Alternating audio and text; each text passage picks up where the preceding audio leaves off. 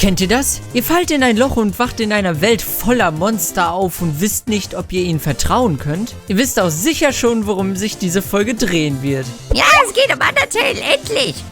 Halt's Maul, verdammt, du hast mir meinen Auftritt kaputt gemacht. Ich hatte schon länger vor, eine Review zu Undertale zu machen, jedoch wusste ich nie genau, wie ich das anstellen soll. Also habe ich mir Hilfe vom guten Irregio von Gaming Physics geholt. Ahoi! Undertale wurde so ziemlich von nur einer einzigen Person entwickelt.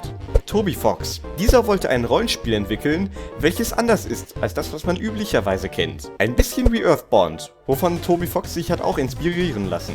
Undertale wurde via Kickstarter finanziert und das Ziel dabei waren $5.000. Jedoch wurden insgesamt rund $51.000 für das Projekt gespendet. Toby Fox hat daraufhin angefangen, das Spiel zu entwickeln. Es hat ihn fast 3 Jahre gekostet, aber die Mühe hat sich gelohnt. Dieses Spiel erschien praktisch aus dem Nichts und explodierte im Internet. Ein gigantisches Fandom hat sich um das Spiel herum aufgebaut und man konnte kaum im Internet unterwegs sein, ohne auch nur mal von Undertale gehört zu haben. Auch die Kritiker liebten dieses Spiel und es war bei Steam eine ganze Zeit lang weit oben bei den Topseller. Undertale hat mit einem Satz stark auf sich aufmerksam gemacht. Undertale, der RPG where you don't have to destroy anyone. Oder aber auf Deutsch, Untergeschichte, das RPG, in dem du niemanden vernichten musst. Aber bevor wir uns das anschauen, kommen wir doch erst einmal zur Story. Die ganze Geschichte von Undertale wirkt auf den ersten Blick ein wenig generisch. Vor langer Zeit herrschten Monster und Menschen über die Welt. Doch dann brach ein Krieg zwischen den beiden Parteien aus und nach einem langen Kampf verloren die Monster schließlich und wurden von den Menschen in den Untergrund eines Berges verbannt. Seit jeher sind die Monster dort unten eingesperrt, hinter einer magischen Barriere, ohne Hoffnung auf Freiheit. Und mit der Zeit vergaß man die Monster. Sie wurden zur Legende. Viele Jahre später erzählt man sich die Geschichte, dass wer auch immer diesen Berg besteigt, nie mehr zurückkehrt. Und hier beginnt unsere Geschichte. Wir spielen ein Kind, welches den Berg bestieg und versehentlich in die Welt der Monster fiel.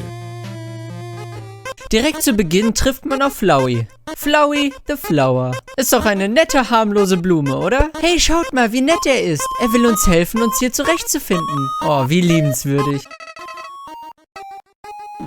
Was zum... Hey, du hast mich betrogen! Nicht fair! In this world, it's kill or be killed. Mit diesem Satz stellt sich uns die Frage, können wir den Monstern vertrauen? Genau hier liegt auch irgendwie der Schwerpunkt der Geschichte. Die Geschichte des Spiels an sich ist im Prinzip sehr simpel. Im Wesentlichen ist es unser Ziel, zur Barriere zu gehen, damit wir wieder nach Hause kommen. Aber eigentlich geht es vielmehr um die ganzen Charaktere im Spiel. Und hier zeigt Undertale seine große Stärke. Alle Charaktere sind auf ihre Art komplett einzigartig. Sogar die Monster aus den Zufallskämpfen haben einen Namen und einen Charakter. Besonders herausragend sind aber die Bosse. So hat jeder Boss im Spiel seine ganz eigene Hintergrundgeschichte.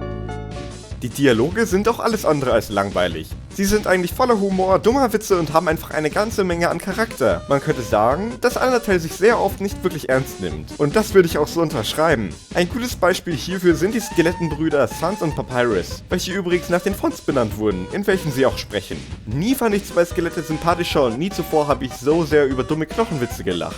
Ich meine, die beiden wollen uns fangen und erschweren uns den Weg mit Rätseln. Schaut euch mal dieses Rätsel an. Das ist ein Worträtsel. Ja, Sans, das hat nichts gebracht. Ups, ich wusste, ich hätte das heutige Kreuzworträtsel besser genommen.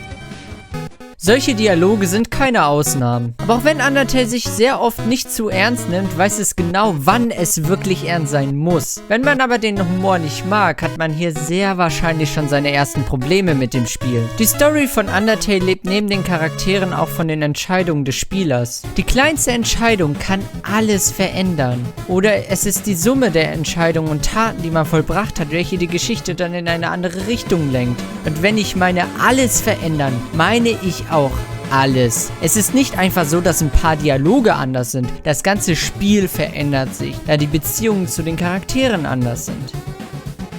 Die Präsentation von Undertale wirkt auf den ersten Blick sehr minimalistisch. Jedoch steckt das Spiel voller kleiner, aber netter Details. und manche Gegenden sehen trotz minimalistischer Pixelgrafik wirklich schön aus. Ansonsten sind die Pixel-Artworks sehr gut gelungen. Die Animationen sind sehr flüssig und besonders die Sprites in den Kämpfen sehen ziemlich gut aus. Darüber hinaus haben die wichtigsten Charaktere auch ein Gesicht in den Textboxen und diese sind auch animiert. Teilweise zeigen die Charaktere hier auch mehr Emotionen als in so manchen AAA-Spielen, was ich wirklich beachtlich finde. Außer bei dir, Sans. Du bist nur am Grinsen. Wie kannst du überhaupt reden, ohne den Mund zu bewegen? Auf der anderen Seite fällt dafür der Hauptcharakter etwas flach. Wir werden niemals einen anderen Gesichtsausdruck als diesen hier sehen. Aber hey, ich kann mich gut mit dieser Figur identifizieren. So sehe ich auch jeden Morgen aus. Neben der Optik haben wir aber auch die Akustik und da liegen einfach Welten dazwischen. Die Musik ist einfach großartig.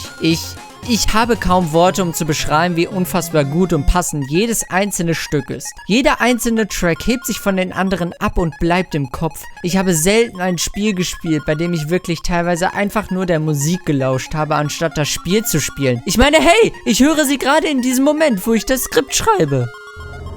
It's kill or be killed. Stimmt das? Undertale ist ein RPG, ein eher traditionelleres, mit Zufallskämpfen.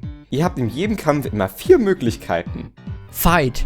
Hier haben wir eine Art Aktionskommando, mit dem ihr euren Angriff ausführt. Wie das Ganze genau abläuft, ist von Waffe zu Waffe unterschiedlich. Act. Hier habt ihr die Möglichkeit, mit den Charakteren zu interagieren. Ihr könnt mit ihnen reden, sie ärgern, ihnen Komplimente machen und sogar flirten. Hier ist wirklich viel möglich und es bietet Stoff für sowas hier. Item. Das ist das Item-Menü.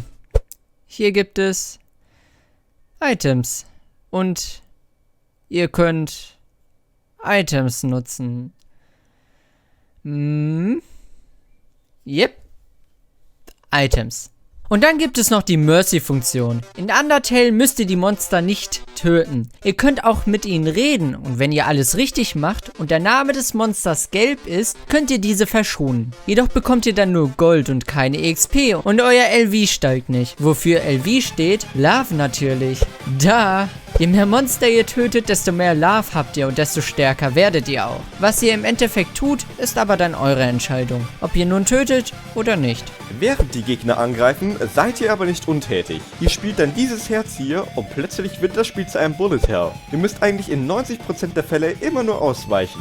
Jedoch ist das nicht immer das gleiche, denn wie gesagt, jedes Monster ist komplett einzigartig. So auch die Angriffe. Jedes Monster hat sein ganz eigenes Reservoir an Angriffen. Und auch hier meine ich ganz anders. Auch wirklich ganz anders. Ein gutes Beispiel wären hier auch wieder die Bosse, welche es euch niemals leicht machen werden, deren Angriffen auszuweichen. So zum Beispiel machen die einen euch blau, die anderen grün und so weiter und so fort. Wenn sich die Farbe eures Herzens ändert, ändert sich auch die Mechanik. Wenn ihr blau seid, Solltet ihr zum Beispiel aufhören zu trinken? Was denn? bitte geh einfach. Wo waren wir? Ach ja, wenn ihr blau seid, dann gibt es plötzlich Gravitation. Das heißt, ihr könnt euch nach links und rechts bewegen, aber nicht mehr frei nach oben. Ihr könnt nur springen. Diese kleine Änderung sorgt sofort für frischen Wind im Gameplay. Und so hat jede Farbe ihre eigenen kleinen Regeln. Ansonsten ist Undertale wie ein ganz normales RPG, würde ich sagen. Wenn es so wäre. Undertale bringt nämlich frischen Wind in ganz normale RPG-Mechaniken rein. So zum Beispiel kann man seine Items nicht einfach in Läden verkaufen, da es ja ein Verlustgeschäft wäre. Oder man kriegt sein Geld in einem Gasthaus zurück, da man tatsächlich nur eine kurze Zeit im Zimmer verbracht hat. Daher ist mein Rat, vergesst einfach alles, was ihr in RPGs gelernt habt. Gut. Allgemein kann ich zu Undertale sagen, dass ich einfach nichts von diesem Spiel erwartet habe und komplett umgehauen wurde. Ich habe es nun zu diesem Zeitpunkt bereits 4 Mal durchgespielt und könnte es noch weitere 4 Male durchspielen. Ich hatte lange nicht mehr so viel Spaß an einem Spiel. Undertale macht sehr viele Dinge anders und das ist nicht unbedingt etwas, was jedem gefällt. Und auch mal an das Fandom da draußen. Wenn einem der Humor nicht zusagt oder diese ganzen neuen Elemente, die wirklich sehr stark von dem abweichen, was man in RPGs gewohnt ist, dann ist klar, dass man in Undertale nicht das sieht, wie die wirklich was anderes haben wollen. Undertale widersetzt sich sozusagen 4 typischen Dingen eines RPGs. Zum Beispiel durchbricht es sehr oft die 4. Wand und es gibt viele Leute, die sowas für ein absolutes No-Go halten. Andere wiederum begrüßen es, da es einfach neu und anders ist. Es gibt Spiele, die Spaß machen. Und es gibt Spiele, welche einfach eine Erfahrung sind. Und für mich hat Undertale geschafft, beides zu sein. Selten hat mich ein Spiel so oft überrascht und ich habe auch selten ein Spiel gesehen, das es schafft, Klischees nicht wie Klischees wirken zu lassen. Obwohl ich auch kein Fan von Bullet-Hell-Shooter bin, hat mir das Gameplay trotzdem Spaß gemacht. Auch das Reden mit den Charakteren mitten im Kampf war einfach was ganz Neues für mich. Ich wollte auch unbedingt alle Charaktere verstehen und ihre Hintergrundgeschichte herausfinden. Ich wollte einfach alles an diesem Spiel entdecken. Undertale hat für mich persönlich alles richtig gemacht. So sehr ich es auch versuche, ich finde für mich persönlich keine Schwachstelle. Dieses Spiel gehört mittlerweile zu meinen absoluten Lieblingsspielen. Und ein Rat an die, die das Spiel noch nicht gespielt haben. Spielt es unvoreingenommen und lasst euch nicht sagen, wie ihr spielen sollt. Seid entschlossen und trefft eure eigenen Entscheidungen.